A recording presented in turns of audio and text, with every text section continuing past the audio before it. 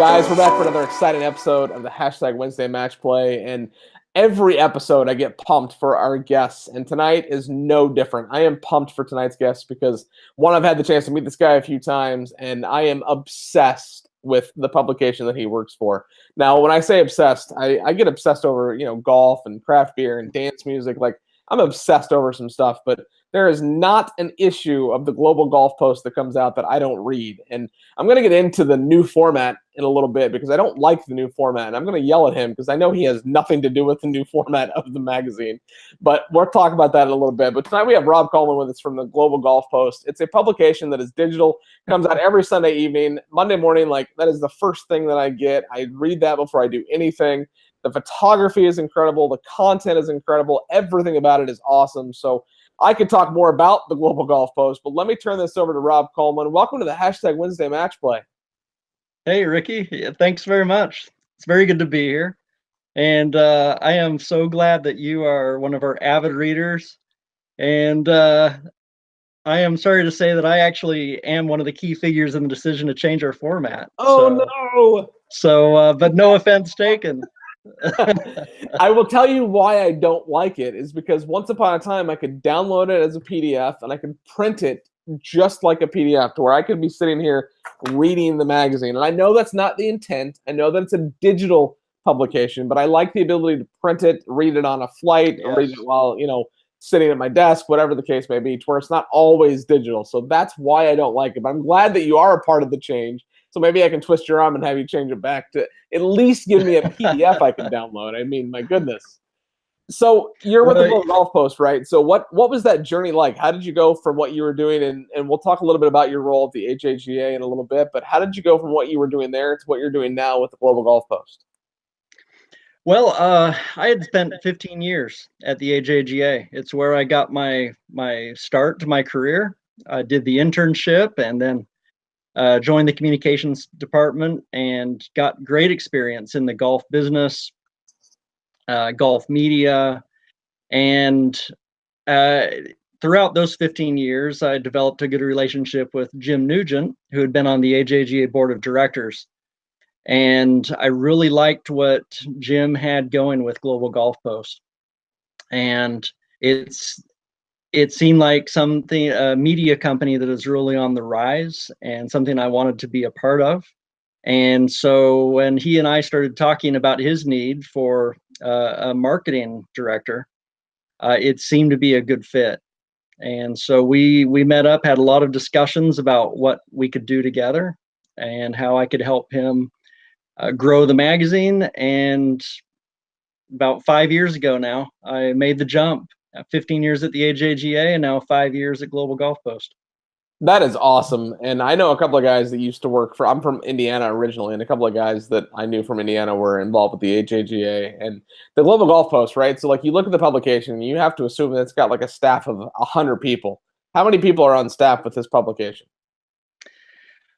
That's a good question. We have, it is hard to say because running a media outlet such as this, you've got some full-time staff, and then you have a lot of correspondents, people who might be an editor or a writer, but you don't see them very often because that's just maybe 10% of what they're doing in their life. And full-time, we have probably about 15. And then we have quite a few correspondents around the world who cover the golf news in South Africa or South America or wherever it may be. So just looking at the publication, how well it's laid out, how the experience is from page one to the end, it's so good. And I think that's partly what sets you apart. The quality of content is obviously a part of it, but the user experience as you flip from page to page, and the ads, yes, there are a lot of ads, but there have to be. And one of the questions I'm going to ask is, a free publication, how does it get paid? And ads is obviously a part of that. And Callaway is a big component of that in your current publications. But just the experience from the beginning to the end is just incredible. And I think that's partly why I enjoy looking at the magazine so much. And again, the quality of content, it's very, not short, but it's to the point, and it's very written, user-friendly to where I can read it and grasp what the writer's trying to say, and it's the same kind of core group of writers. So I may like this guy and not like that guy in terms of their writing styles. And there's a lot of golf writers out there, but you guys have published some of the best, and I think that's just what keeps me coming back week after week. And you do send and pass this along to whoever, and it might be you again, being the marketing guy. You send a lot of emails, but I like them, and I read them, and I open them, and I click on the links, and I'm looking at the articles, and it's just because of the quality of the publication that comes out weekly. When you send me an email on a Tuesday, I'm going to open it because I want to see what's going on. And we'll get into that in a little bit, but one of the questions that I do have is about where the content comes from. But before we jump into that, the photos as well. The photos are, especially in the new format, I mean, it takes up my entire screen, and the photos are freaking good. Like high quality shots that not normal shots that you see. Like you go to Twitter and you type in the tournament and you go to the PGA Tour, it's the same 15 shots, right? You guys get really unique photos. So are you, as Global Golf Post, out there taking those pictures, or are you buying those photos or using those photos from another entity? Like, where does the photography come from for the Global Golf Post? We don't have any staff photographers, so we are buying those, or we are subscribing to services that are sending photographers to these tour events, and then we'll get our pictures from them. But at the core, Global Golf Post is just great golf journalism, and the writers that are on our staff are truly some of the best. And so I think you described it well. It's a lot of what they write. It's fairly succinct. You don't have to spend 15 minutes on most of the stories that are written in Global Golf Post. Most of them are 5-minute reads, and it gives you a good lay of the land every Monday as to what's happened and what is going to be happening in the golf world. That's awesome, and I hope one of the things that's going to be happening this week is Tiger Woods having won the Genesis Open, but we'll leave that for another day. So the publication is free, and it's, like I said, it's unbelievable content. You're paying for the photos to an extent. And how do you guys make money? Like, is it ads? Is it Callaway paying to put their ads on page 2, 3, and 7? Or like, I mean, the publication is so well done. There's got to be an income stream coming from somewhere. That income stream is the advertising. So when we're putting out a free magazine, then the only source really remaining is, if the readers are not paying for it, then it needs to come from the advertisers.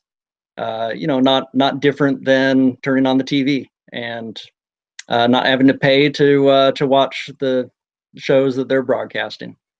So we have a lot of good advertisers, of course, in the golf business. The equipment manufacturers are the key, and we have great equipment manufacturers who are part of us, but also a lot of smaller companies as well, and some apparel and some travel companies that advertise with us.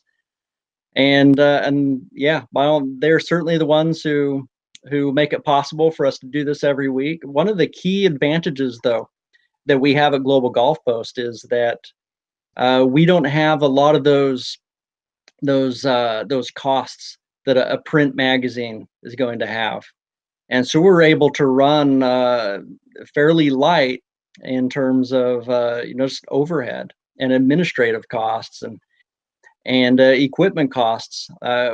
We actually a few years back, we got rid of our office. Our entire staff works remotely now. Once upon a time, we had an office, and at a certain point, we realized nobody's going into the office anymore. Half of our staff doesn't even live in the city where the office is, and the half of the staff that did live in the city, which was Orlando, they weren't going into the office, and so we had to ask the question, why are we keeping this office? And there was no good reason, so we got rid of it. And so we're running pretty light, and it works really well for us. That's awesome. So social media, like I am a social media junkie, right? And you are big on Twitter. Global Golf Post utilizes a handful of those networks, but what's the strategy for social media for the Golf Post? Like, are you focused on Facebook? Are you focused on YouTube? Are you focused on not Google Plus. I'm not going to yell at you until later, but you need to be on Google Plus in that Google Plus golf community, because I share a lot of content from the golf post, because it's easy to just grab a link, share it, the photo pops up. Like, you know, just 9 times out of 10, I'll just post the title and let people read it. And it's just, it's a really good place to be. But I mean, obviously, you know, you've got a small staff. So kind of what's your current focus for social media, and what's maybe the next 12, 18 months look like for what you're going to do with social media? The next 12 to 18 months, it certainly will involve getting more involved in Google Plus. Uh, After that big sales pitch, how could we not? I hope the 26,000 plus active members of the Google Plus golf community helps just a little. And this might be the reason, like right here, getting you on the hashtag Wednesday Match Play presented by Eat Sleep Golf might be the turning point. And I look at it when people are like, oh, Google Plus is terrible, I never use that. And I'm like, well, it's Google. YouTube is Google. Google Plus is Google. And the content within Google Plus is indexed by Google. So it makes sense to use it from just a bare bones, and especially with the algorithm changes that we've seen on Facebook. I manage a page, and obviously your page is much larger, but I manage a page that's got just shy of 20,000 likes. Posted a post a couple of days ago, and it had like 230 people reached. Like, that boggles my mind, but I get it. I get it from Facebook trying to make money. I get that. But Google Plus, if 10,000 people like your page, 10,000 people see your post, and the content is then indexed by Google. I don't work for Google. I'm not getting paid by Google. I just really like the network. So hashtag end rant. I'm done. Okay, good. Well, I like everything else about Google, so maybe I do need to do better with Google Plus. I dipped my toe into the water several years ago, and it was a little chilly, so I didn't go all in. But it's time to try that again. Our big social networks are Facebook and Twitter. That's really where we invest most of our time and energy. And our strategy, primarily, it is to promote our content. And so all the stories, both from our blog, which has been growing, and we're doing more and more with our blog, and then our magazine, we promote those stories through our social media. And we try to engage a little bit.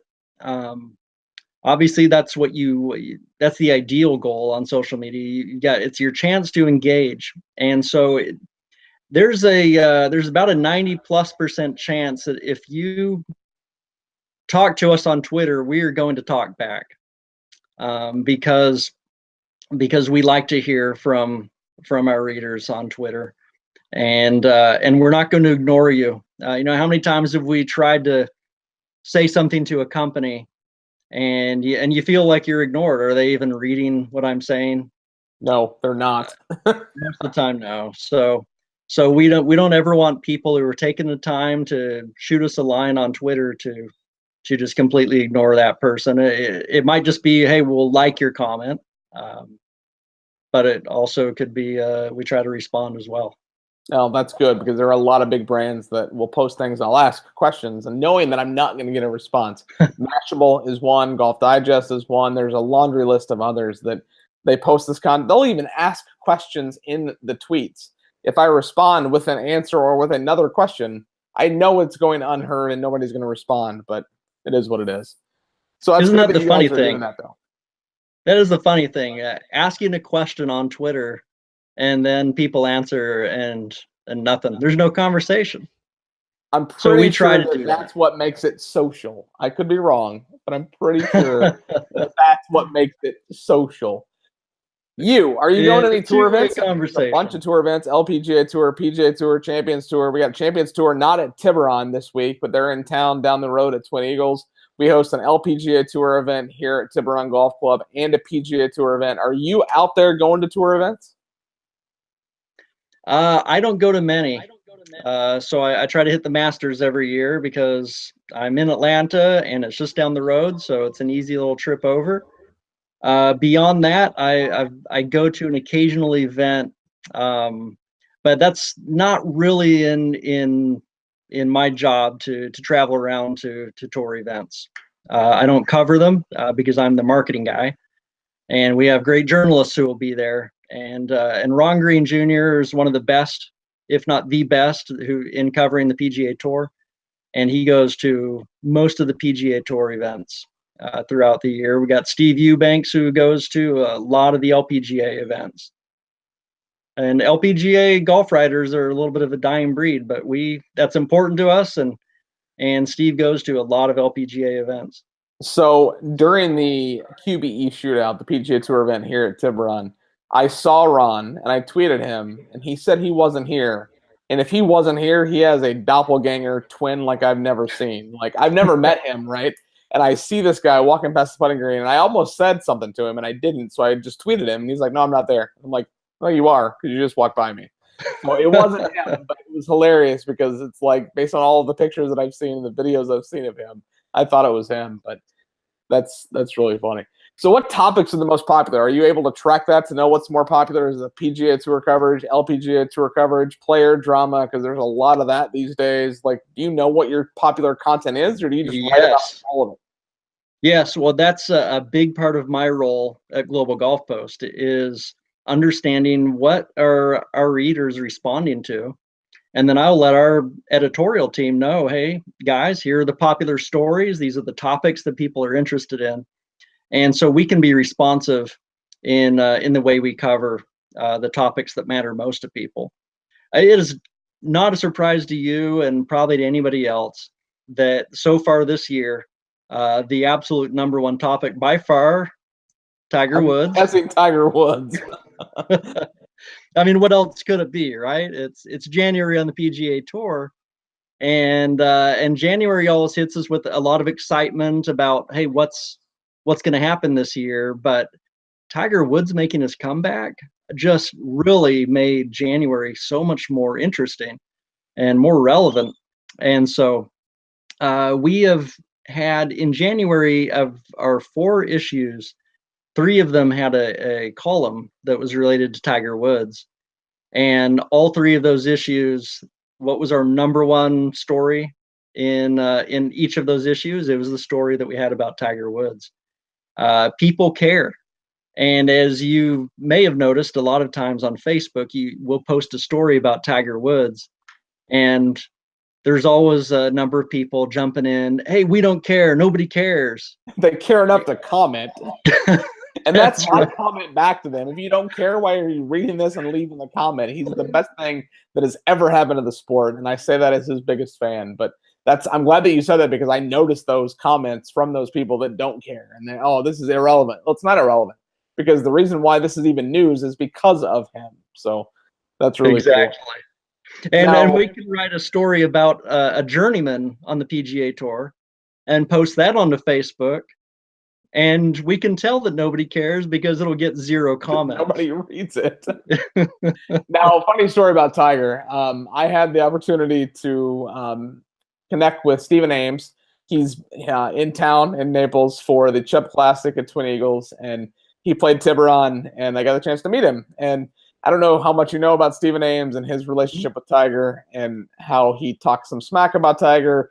Tiger goes out and beats him 9-8 in a match play event. And I mentioned, it was funny because it was Stephen, his wife, and I believe his caddy, and we were just talking. Super nice guy. Stephen is an incredible gentleman and was really a big fan of Tiburon. And I was talking about the Tiger effect. And as soon as I said that, I was like, in my head, I'm like, oh crap, I hope he doesn't get mad. And then I just kept going on about Tiger, right? And I'm like, I hope he doesn't just. He shook my hand when he left, so I think he's still okay. But I know there was some drama with Ames and Tiger a long time ago. But so you went to the PGA Tour, or I'm sorry, the PGA Show in Orlando this year. It seems like you've been to that multiple times, based on what we were talking about before we went live. What was your experience like this year, and what were some of your key takeaways? Well, my experience at the PGA Show is different probably than most, because I go there to meet people. So I'm not the guy who is going to every booth of the equipment manufacturers and saying, hey, what's your new driver? That's not me. That would be fun, but I'm more there. I've got key goals in mind with people that I want to meet from different organizations, different companies, relationships that I can continue to grow. And so that's what I do. And when you see me out on the floor, I'm not hitting clubs. I'm talking to people. And so with everybody I'm talking to, I mean, my hope is that we can develop a relationship that'll help us grow Global Golf Post. And then I can find out from people, what can Global Golf Post do for you? How can we help your company? And then hopefully together we can help each other grow. That's awesome. And I went 5, if not 6 years in a row in a former life, and I haven't been, and I live in Florida now and I don't go. This year, our head golf professional, director of golf, and our retail guys went. But there's really, to your point though, there's no reason for me to go. Like, I'm not going to hit the newest Callaway driver. Like, I would be going for that reason, to meet people, to talk about whether it's, tour operators, or I'm just not quite to that point that I need to go meet with those people. But it's only 3 hours away, and nothing beats a good evening at the Brick House Tavern on I Drive. That's my favorite spot on I Drive. So maybe next year, and to see everybody. Like, it's so funny. Like, over the years, I've connected with, I'd say, a third of my Facebook friends are golf pros, golf people, right? And I see all of them talking about going, and I miss being there just for that aspect. But Brandon Stooksbury, who's a very good friend of mine, who's the director of golf at a club in Georgia, at Idle Hour Club. The last time I went, he and I and a couple of others went out to dinner, and I got food poisoning at dinner. And that's maybe the reason why I haven't been back. I don't know. Maybe it's good that I'm not going back, because I was sicker than a dog that night and the next day. Like, it was, I don't know if you've ever had food poisoning, but I would not wish that on my worst enemy. So Brandon unfortunately got the chance to see kind of the brunt of that. But great. So before we went live, I didn't tell you this was going to fly by. We literally have like 5 minutes left, but one big focus that I want to talk about, I know, right? Like, half an hour just went like that. I want to talk about your role prior to the Global Golf Post, the AJGA. Like I said, I've got a whole bunch of friends that used to work there from the Midwest, and they do a really good job with growing the game, with Troom, with what I'm doing. We have the Troom Junior Club trying to grow the game at Tiburon after 3 p.m. with a full paid adult. Kids play free rental clubs, free, you name it. Like, we're doing whatever we can. We just remastered the black course at Tiburon, and we put in a family tee.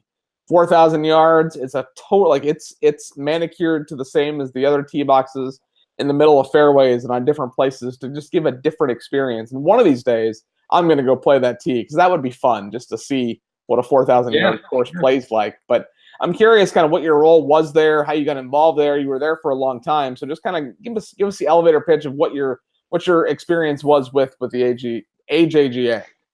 My AJGA experience was just the best.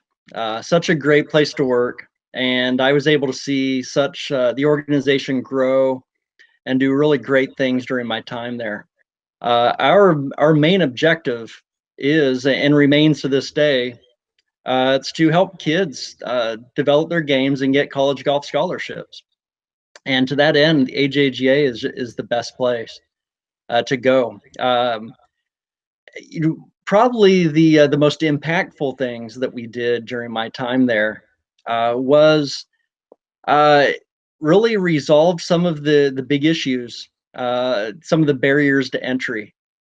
So not everybody can afford to travel around the country and play in junior golf tournaments, and that was a big concern to us. And so one of the great things that we did was develop something called the ACE grant. And the ACE grant, it gets donors to contribute for the purpose of helping kids who have the talent, but they don't have the money, to get them out there to go play in the tournaments. And it was just a great boost for the kids of the AJGA. Probably the greatest achievement maybe in the past 20 years at the AJGA. The AJGA is a launching pad for kids to go to college. And there is a small segment that then go on to the pros. And we're always proud of those kids who are able to do that. But honestly, not everybody can make it. And if you get to college and you get a scholarship and you play college golf and go on to some other career, great. We're just as happy for you as we are for Jordan Spieth and Justin Thomas and Lexi Thompson, who are all big-time AJGA players. That's cool. That's really cool. And it's just neat that you've got, I mean, the golf background that you have as far as back as just trying to grow those junior golfers now to helping share the story of those players at that professional level. And the Global Golf Post hasn't forgotten about junior golf. It's not like you're only focused on pro tours. I mean, every now and then I see stories about, junior golf, and I think I would guess a misnomer about the Global Golf Post is it's just PGA Tour, LPGA Tour, and that's it. And you said earlier there are tours that are like I pay attention to like the Sunshine Tour and the Asian Tour. And, Sergio just won an event on the Asian Tour. Like they're a legit tour with some incredible golfers. Like I post these graphics each Monday on Tiburon's Facebook page and Twitter page of the weekly event winners. And I enjoy doing that. One, it keeps me personally abreast of things that are going on in golf. But two, it gives us an excuse to tag and bring those players into the game or into the conversation. It was cool. A couple of weeks ago, I posted there was 2 or 3 guys that I'd never heard of winning these events on Sunshine Tour, the Australia Asia Tour, the Asian Tour, and they engaged. Like one player had like 300 followers on Twitter, but he's active, and he right away like retweeted it, and it's cool to be able to have that ability to connect and engage with players. And they're no different theoretically than a guy like a Jordan Spieth or a Tiger Woods or a Phil Mickelson, but they're more accessible, especially in their early days as they're trying to grow their career. And I think the Global Golf Post does such a good job with the quality of content. Doesn't put a Tiger on a pedestal. It tells the story of Tiger and what's going on, and that's the popular content because it's Tiger. But a story down this, 5 pages later about somebody else is not any less important than that story on Tiger. And that's relevant in the content, the way it's written, and evident in the way the content is written. So as a reader and as a big fan of the Global Golf Post, I admire that and appreciate that as a reader. Now, before we jump into the back nine, one more question. I'm curious, do you know how many people read the Global Golf Post on a weekly basis? Like, do you have those numbers? Do you know which articles are popular? But do you know how many people on a weekly basis are opening and reading through the magazine? We do. That's one of the big differences between the print publications and a digital publication is that everything's tracked. So we see it all. And we know if we email somebody. So when you get your email, we know if you're opening and clicking on that, and if you're coming into the magazine. And but more importantly than that, I mean, we just by being able to see what people are clicking on, what they're reading, it really helps us to make decisions about what we're going to cover in the future. And so, yeah, we can track that. Our big goal now is we want to get to 1 million readers as soon as possible. Not 1 million subscribers, because at this point we distribute out to close to 1 million people.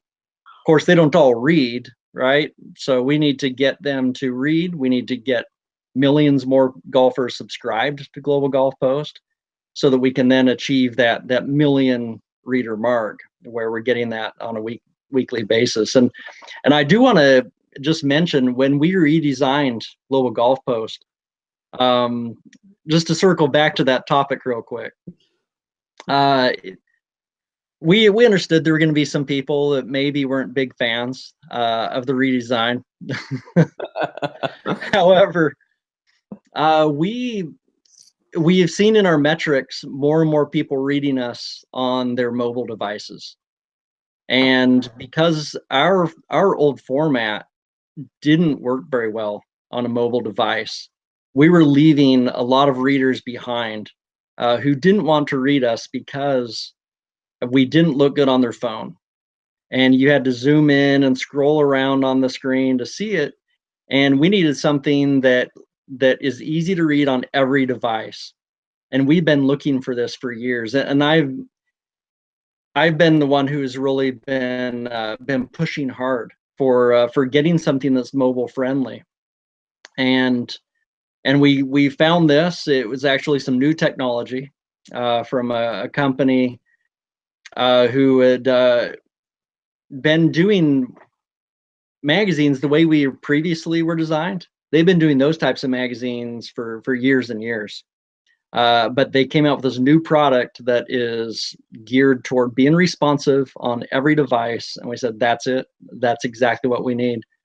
It is a shame that we lost some of that beautiful design that we had before. It's now gone. And it's funny that you said you like to print those out. Actually, Arnold Palmer, his personal assistant, every week would print out Global Golf Post and give Arnold Palmer our pages for him to read, because he didn't want to read them on the computer, but he liked to read the printed page. And so our old format was perfect for Arnold Palmer.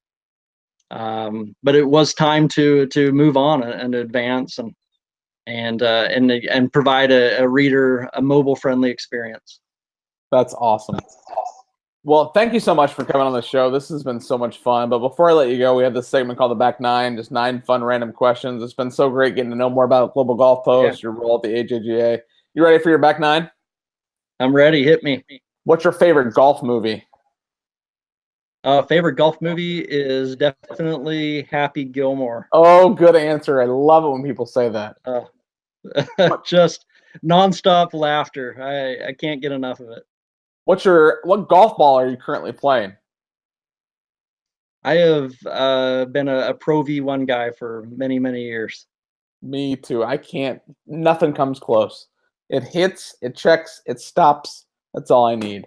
What's your favorite major? And I bet you say the Masters because you've been there. I have to say the Masters, don't I? It is. It is my favorite. To me, nothing beats it. There's no more excitement in the year than that week leading into the Masters. So, in your opinion, who is the greatest golfer of all time? Be careful how you answer this. Yes, I realize that if I don't say Tiger, then you might just cut me off this call right now. Shut the laptop. We're done. Yeah. That is a tough question. Since we never got to see Tiger and Jack really compete against each other, how great that would have been. And we could have answered that question. But I think that's a debate that is probably never going to be resolved. And it just depends on, what's most important to you in that debate. Is it majors? Is it tournaments won? Is it the way you thoroughly dominated for a portion, a big chunk of your career, the way Tiger has? I don't know. I go back and forth on that question, and I don't know that I have an answer for you. If you force me to have an answer, I'd say Jack Nicklaus, but I